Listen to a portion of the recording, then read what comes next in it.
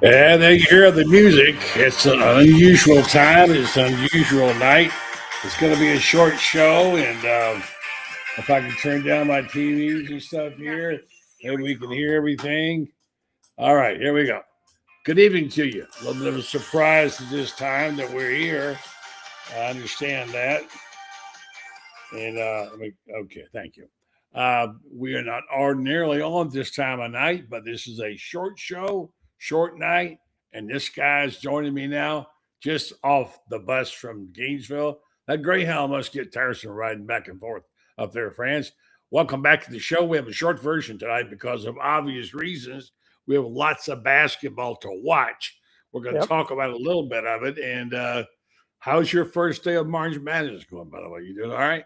Oh, so far so good. I was in Tampa just today for the press conference and practice and everything like that. And best as I can tell.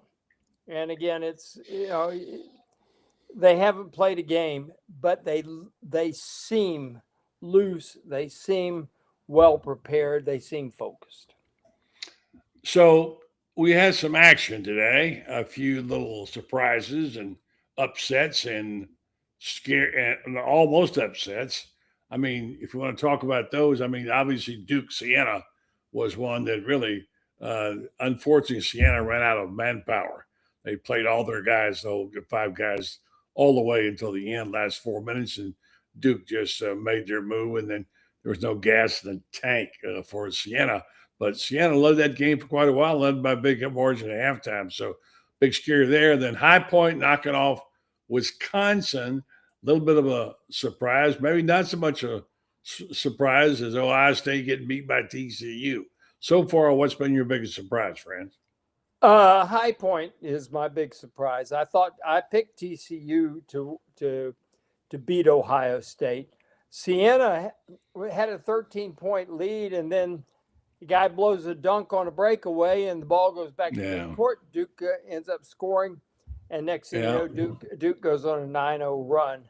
But it changed the whole complexion of the game because Duke just all of a sudden was revitalized, and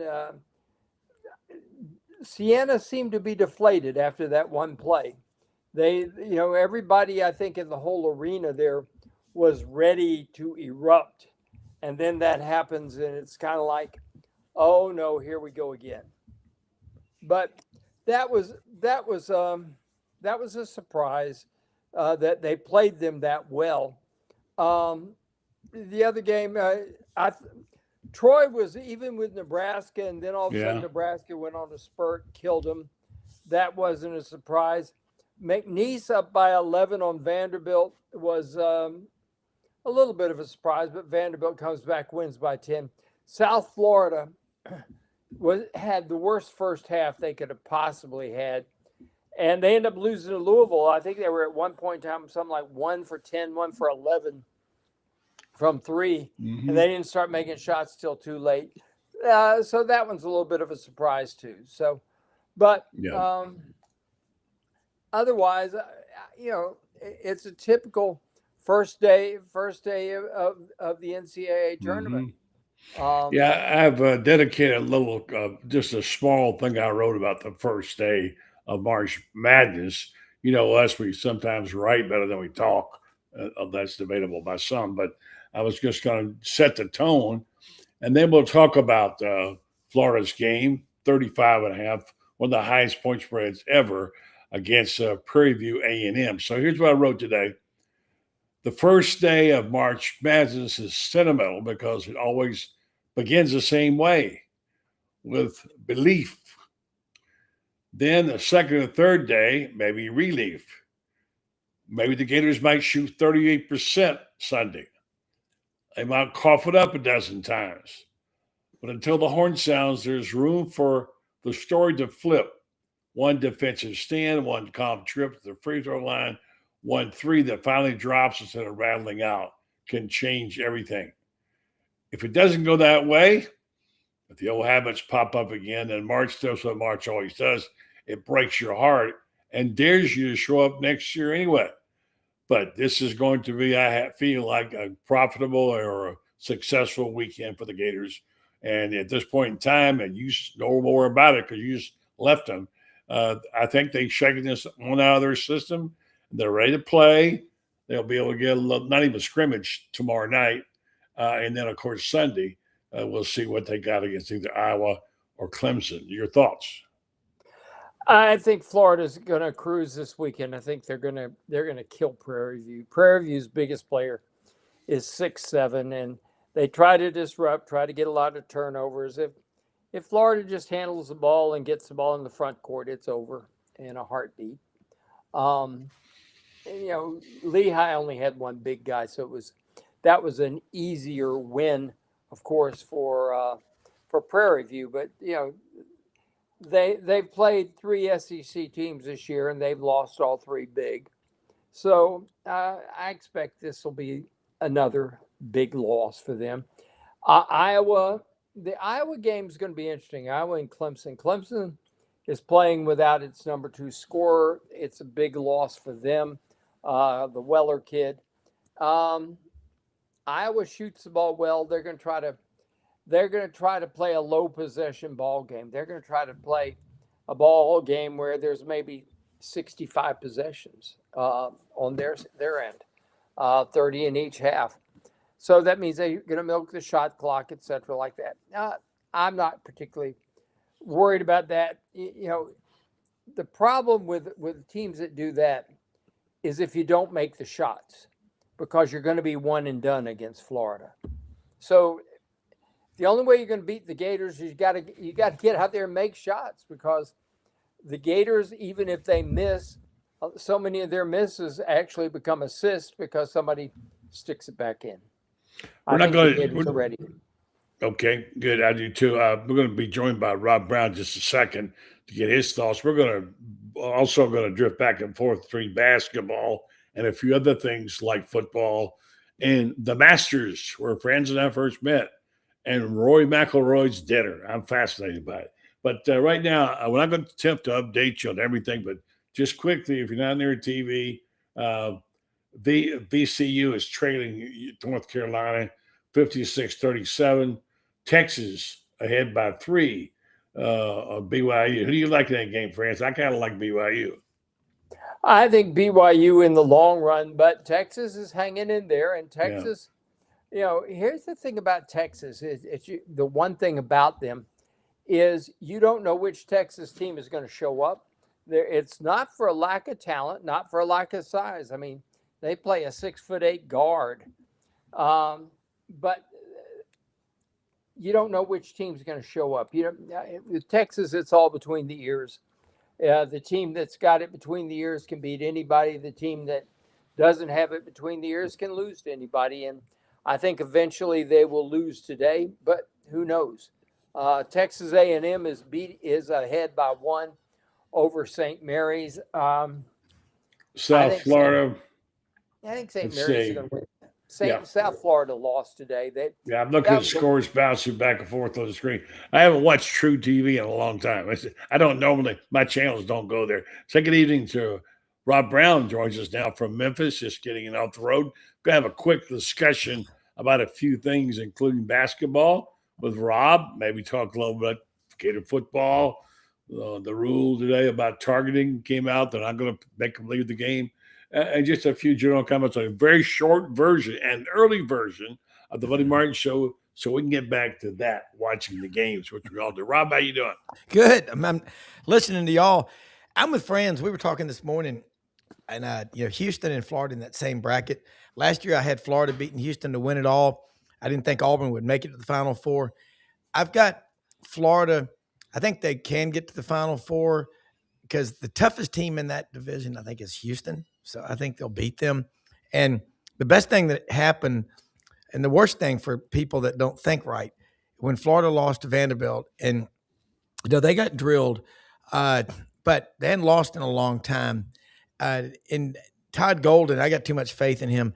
They'll use that to their advantage. But I did pick High Point today to win over Wisconsin. I think that's the fifth straight time. That was Tommy Kane gave that to me. He was on our morning show. I said, Gary Harris did. And I said, Gary, I agree. Interesting thing, Duke almost lost Fran's favorite team to Siena. They've trailed for 29 minutes in Yeah, that we game. talked about it before you came on. Yeah. They really outplayed them, and they ran out of players. Yeah. At the end, they played 5 guys all the way, just about. So, yeah. By the way, Michigan is beating Howard only 50-43. So, Here's the thing about Houston. Houston got the worst possible Sweet 16 matchup they could hope for, and that is Illinois. Illinois is Houston's nightmare. Illinois is a bad matchup for Houston. Houston's a bad matchup for Florida. Fortunately, Houston and Illinois are going to play this game. Florida already killed Illinois in a preseason scrimmage when they were playing without Boogie Fland. And Florida's a tough matchup for Illinois. But Illinois is a horrible matchup for Houston. So, sometimes the way these brackets work out, it's a help or a hindrance. And in this case, I think it's a help for Florida. I think it's a hindrance for Houston. And I don't think Houston's that good. I think they're tough defensively and so forth like that. But I don't think they're that good. They're not the team they were last year. By any stretch of the imagination. They got a big break when the game fell their way. It's in their town, but it's not at their stadium. And that's if Florida ends up playing, that's where it'll be in Houston. Real quick before we running out of time pretty quick here. I wanted to talk about the fact that Florida being a 35.5 favorite is supposed to be one of the top 5 spreads of all time. I don't know. Would you risk a bob on that by laying 35.5, guys? I don't bet on anything that can talk, but I'll let somebody who does speak. I wouldn't. I mean, Prairie View A&M though. Franz is right. This is. I think teams play tight in the first round sometimes, a lot more than you think. But it's such a physical mismatch. It's going to be clubbing baby seals. Florida covers 35. All right. We'll see. I think they will. A couple of things off topic in the last 7-8 minutes we got or whatever. One of them is I like the idea that they changed the targeting deal. No automatic suspension today. They ruled on it. The automatic mandatory first half supervision suspension for a first offense has been eliminated, regardless of whether the foul occurs in the first or second half. And I think that was a good move. Sometimes it was too penal. Good rule change there. Here's an interesting comment made by somebody. I've been talking to a lot of my friends. Last night I had my friend on from Birmingham, Pat Smith, who discovered Paul Feinbaum, by the way. And he says he's in love with the Florida team. I said, which player? He said, all of them. I just love their whole roster. There's a lot of people out there who are not living in Florida that are big Florida fans. But we'll see how it works out. Here's a comment. Let's switch over to football real quick. Here's an interesting comment from somebody today. SEC Mike, the guy who usually is on a lot and on Feinbaum, when asked about the toughest place to play in the SEC, the guy wrote him a note, said, I went to Florida when they were awful in 23 under Willie Napier at home at 12 o'clock. It was louder for the Florida 12 o'clock game than it was some places for the night games. So they're getting a reputation in football. You guys seen the new lines that are out for on number of wins? It just came out yesterday, today. They got a whole bunch of teams in the SEC at 6.5 wins. Florida's one of them. So we'll watch that. We're a basketball school. I haven't seen anything. Yeah, exactly. I know you are. And so, and Franz, here's what we're going to jump into for a couple of minutes just for fun. While the basketball games will be in play, we're going to be on here and off. And you guys feel free to jump in there and break it up if you'd like. I wanted to talk about how says, first of all, the Masters. You know how I love the Masters, and I've always loved it. I've been to 30 of them, and this is what I thought was interesting. It's totally meaningless. You might want to turn off your computers right now because it's not relevant to anybody but those of us who are intrigued by things. And you may or may not know the Masters Champions Dinner, which is hosted by last year's winner every year. Ben Hogan started the first one, and they picked the menu. That's a big item. You might remember the controversy when Fuzzy Zeller made a comment to Tiger Woods after Tiger won about, I'm sure you're going to order fried chicken, which was a bit of a, caused a big rough up there, which got, unfortunately, Fuzzy never overcame that. He was a good man who made a mistake. And anyway, here's the menu. You guys heard about the menu from McElroy? I think it's fascinating. All right. Probably going to have haggis. Bangers and mash? No, but it's stuff like that. First of all, he has 4 appetizers, all right, which I like. Peach and ricotta flatbread with it. They have rock shrimp tempura, which sounds delicious. They have bacon wrapped dates. And get this, grilled elk sliders, okay? Sliders, grilled elk. I say they're great. It's something Roy's family used to eat. And he's paying homage to Georgia people for the flatbread. He said he ate a ton of elk in last year's Masters. So McElroy selected yellowfin tuna carpaccio for his first course, replicating a dish from his favorite restaurant in New York, Lake Bernardine. And then main course, the Masters champion picked between Wagyu filet. You guys ever had a Wagyu? Or filet mignon, or seared salmon, including the sides, traditional Irish champ, Brussels sprouts, glazed carrots, and Vidalia onion rings. And then for a McElroy took for a dessert, a crowd pleaser, sticky toffee pudding. Oh, okay. That's the best. And which is now, here's the thing, the wine, okay? The wine menu is extraordinary. He was excited to give you his list. He had to pick a few bottles from Augusta National Wine Cellar, and then he had to buy his own. Now, by the way, the Masters champion pays for all their stuff.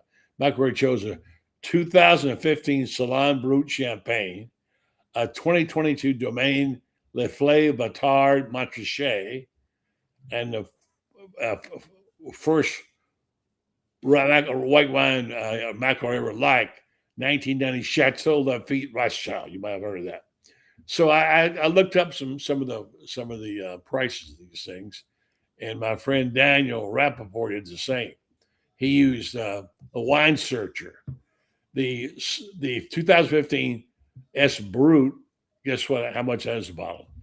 $1,326. Okay, a bottle. All right, and then the 2022 Domaine Le Fleuve, $2,371. The 1990 Chateau Lafite Rothschild, which I've actually had a sip of one time, was $1,273, and the 1989 Chateau de Quim is only a mere $530. So that would, and by the way, nobody can come except the champions and the chairman, Redley, was a Gator. So that should be quite a feast, huh, guys? Yeah. I mean, I'll take the Wagyu over the seared salmon. Yeah, I'll take them both. I like them both. Yeah. I mean, can you get both? Franz? I like the pimento cheese sandwiches at Augusta. Yeah, I've had a bunch of those too at clubs and all. That sticky toffee pudding. I have a friend who's from Manchester, England, when he was 17, moved to London, did not know who the guy was, ended up working for Gordon Ramsay for 8 years. Wow. And a friend of his got the recipe for sticky toffee pudding. There's a restaurant there in London near Buckingham Palace. And he worked there for 6 weeks just so he could get that 144-year-old recipe. If you ever get sticky toffee pudding, folks, it's one of those things you'd get when you're walking to your own hang-in or whatever, and Festus is saying some kind words to you. It's that good. It's that good. It's that. I have some friend who can actually make it. When I come to see y'all, I'm going to get him to FedEx it to y'all. Okay, yeah, let's do that. I'll do that. It'll blow your mind. Yeah, Franz and I I'd love first to met at the try it. I'd Masters. love to try it, but if you come to Florida, bring some banana pudding from Corky's. It's the best banana pudding on the planet. I'll bring a tub of it. I've had it many times. See, what I love about both of y'all is you're smart as hell, but you talk about these stories about the Masters, both of y'all. I mean, that's the of all the golf tournaments in the world, it is the southern. It's like a college football game. There is nothing. I think that's the hatching ground for all the great sports writers in America is to do time. What did you used to do? You did the Final Four, didn't y'all used to do, and then go straight to Augusta? I did that flew right to Augusta from the Final Four. Yeah, you can't make that up.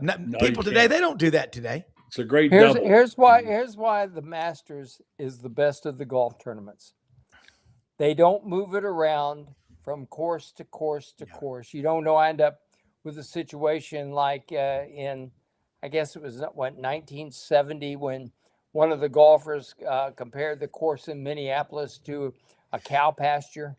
You don't wind up, you don't wind up in a place, on the Scottish Sea where all of a sudden, you play in the morning and you're hitting into a 80-mile-an-hour headwind, and you play in the afternoon and the course plays wonderfully. The Masters, it's at the same place every year, and nobody gets an advantage because of where they play it. Whereas the U.S. Open goes from place to place, the PGA, the British Open, they all go from one place to another. And I think that's one of the reasons why the TPC, the Players Tournament, I think that's another reason why it has grown in such stature, is it's always at the same place. Yeah. The course, people can say, well, they get familiar with the course. I don't care. I want to see good golf. I don't want to see. This year, it was a different golf course. They grew the rough. Shane and I were talking. It's a harder golf course with the rough end up there. The Players really hard. I know that golf course pretty well. I've lost some golf balls on 17 there. I think everybody's lost a couple of buckets there. I just wanted to say that probably the single thing about the Masters, and we're going to get off here and go watch some basketball here in about 2 minutes, is that one of the things I found early on, and I covered 31 or 32 of them, was that when the players got to Augusta and went through those gates and went into the clubhouse and went to their locker rooms or went to their restaurants. And by the way, Bobby Jones built it in great because the media had total access. We could eat at the same restaurant and go mingle with whatever, and you sit in the lawn chairs out front and talk.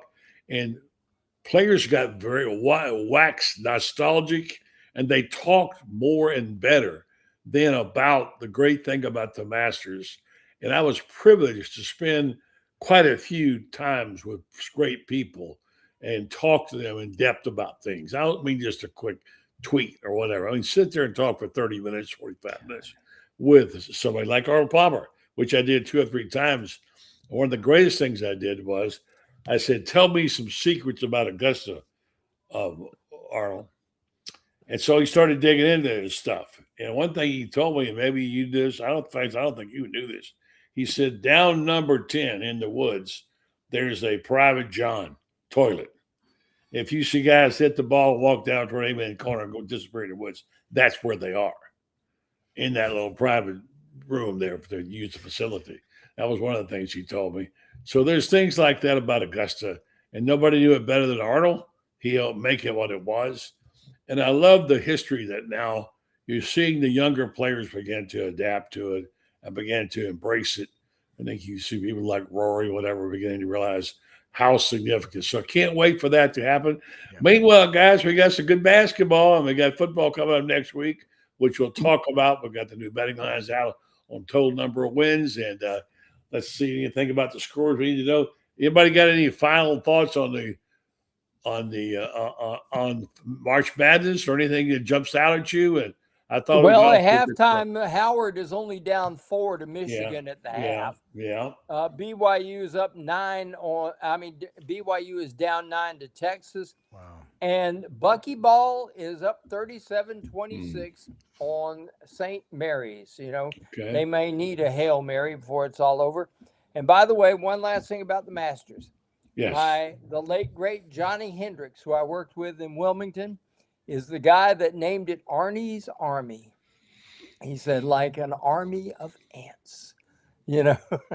Well, there's a Wow. connection. There's also a connection. My best friend in life, Ed Menarchik, was in the service in Fort Benning there, and they used to use servicemen as marshals, and he went over there and several times and volunteered as a marshal, and that's when Arnold Palmer started winning when he was there, and I'm telling you, and there were a lot of guys in the Army who saw Palmer, and he was a guy that he worked so hard to get people involved.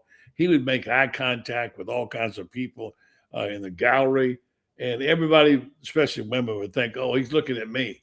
He made you feel like he was looking at you and listening to you. He was such a personable guy, and he set the. If you remember one time, friends, years ago when Curtis Strange was young, he was asked for his autograph, and he scribbled it out real fast, and and just blew it off. And he wrote a scathing letter to Curtis saying, if somebody takes the time to come down and ask you for your autograph, have the decency to write your name clearly. Yep. I still have a scorecard that Milt Richmond handed to Arnold Palmer and asked him to sign it for me. He said, my young colleague here is too embarrassed to ask, so I'm asking for him. Would you sign this scorecard? And I have my Augusta National scorecard signed by Arnold Palmer, and I treasure that. If only we would have had the guts to ask for autographs. We thought that was unfair. We didn't ask. We had so many opportunities if we were autograph collectors to some of the greats. So, but we'll treasure the memories. All right, guys, good job. We got through the first night of March Madness. Got a little show in there, and good luck. I hope you enjoy your day tomorrow, friends. Have a safe trip to Tampa. And I think I don't have to wish the Gators much luck, Rob. I think they'll be able to handle it right away, and we'll see what happens to them. On Sunday, we'll see if they play Iowa or Clemson or whatever. And if they're going to advance, Franz tells me they're going to be okay. So if Franz tells me that, I believe him, okay? And don't forget, there's a P in Clemson. It's not. You go into South Carolina, and Rob can tell you, you say Clemson, and they say, you from up north, boy? You from New Jersey?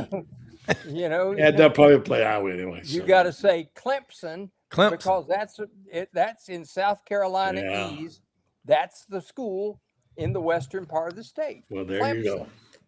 All right, friends. Thank you, buddy. Enjoy your time in Tampa. And Rob, who you got on your show tomorrow morning? We're going to get with Ron Higgins, going to talk a little about this LSU story and possibly the shooter, Pat Bradley, if he can get enough sleep to come on with us. But we got Brendan, Frank, Doug, Brad Bellamy will come on from Landers. We're going to be hitting. It's going to be score. You all do heavy. a great job. You do a great job. Well, get that betting line out on look at that on the lines are out for the number of wins. So make a topic for you. It is. It is. All right. Very all good. right, guys, friends. Thank you. Good night, guys. See you. I'm gonna tell you a little about our sponsors while these guys say good night. And that mainly would be Meldon Law. Our friends at Meldon, they're the best. Jeffrey, I'm sure he's already in Tampa, ready sitting courtside to follow his beloved Gators. He loves that basketball. He and Patricia, and they're there and supporting the Gators as they do, and do a lot of great things for the university. Also, terrific lawyers. Got my settlement check, I think, today from some work he's been doing for me. Had someone do for me for a long time. Thank you for that, and all the best to you folks. Enjoy the time and enjoy the Final Four, and let's hope Florida gets there. So, meanwhile, we'll say good night, and we'll see you again next week.